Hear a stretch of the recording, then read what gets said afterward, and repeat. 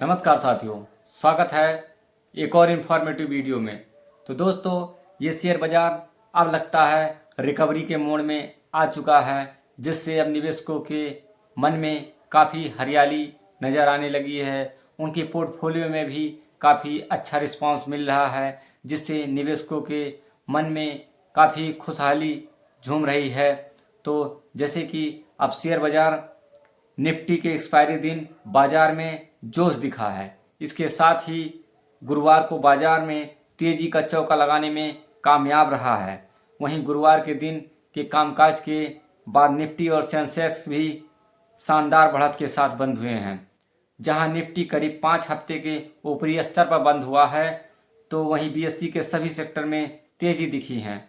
वहीं mid cap और small cap शेयरों में भी काफ़ी खरीदारी दिखी है। और आज की तेजी के साथ ही निफ्टी अब 13 फरवरी के बाद ऊपरी स्तर पर पहुंच चुका है।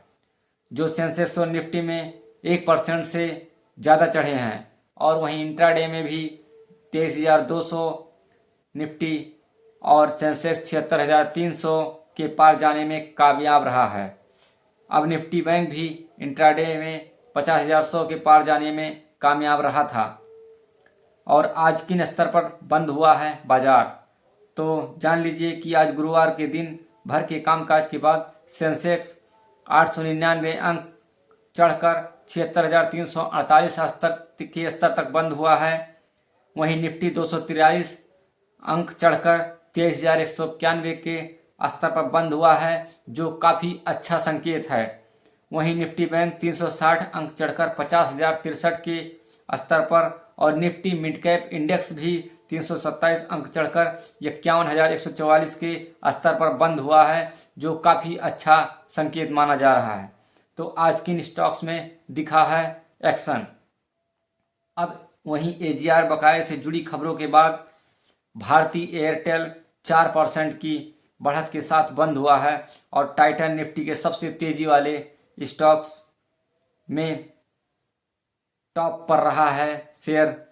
इस स्टॉक में करीब 4% की तेजी दिखी है। और वहीं TVS Motors, Eicher Motors, Bajaj auto और हीरो मोटरकार जैसे ऑटो स्टॉक्स में आज खरीदारी दिखी है और ये 1% से लेके 3% के साथ बढ़त के साथ बंद हुए हैं।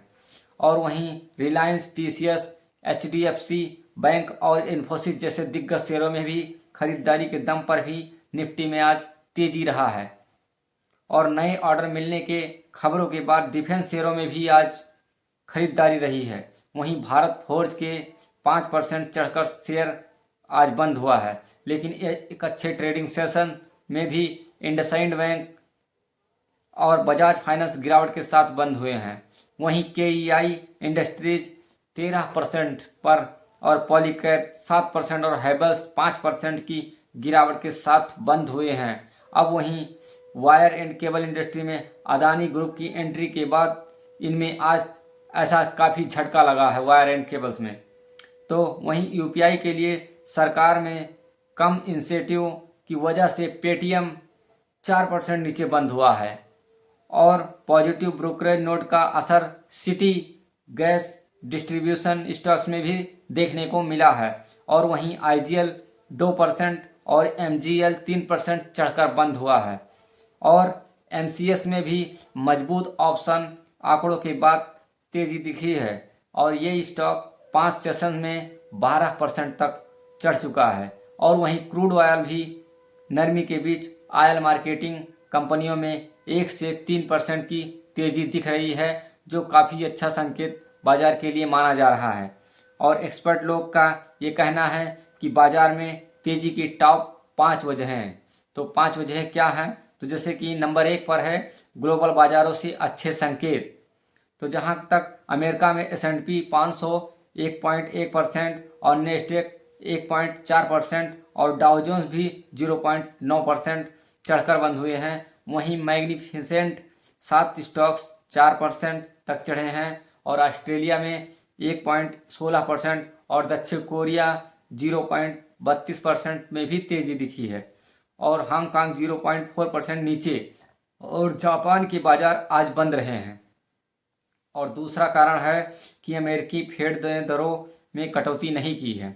तो जैसे कि फेड ने ब्याज दरें 4.25 से 4.50% पर स्थिर रखी है और इस साल 2 कटौती संकेत भी दिए हैं। वहीं जेरोम पावेल जी ने ट्रंप टैरिफ से महंगाई बढ़ने की बात कही है। उन्होंने कहा है कि ग्रोथ अनुमान भी कम किया है और महंगाई बढ़ाने का भी अनुमान लगाया है। और तीसरा कारण है कि अमेरिका में मंदी का डर कुछ कम हुआ है। वहीं जेरोम पावेल जी ने मंदी का खतरा कम बताया है, जिससे निवेशकों की चिंता कम हुई है। वहीं फेड की ओर से ग्रोथ अनुमान में कटौती से बॉन्ड में तेजी दिखी है। अब वहीं आने वाले समय में बैलेंस शीट सुधारने के लिए फेड बॉन्ड बिक्री तेज कर सकता है।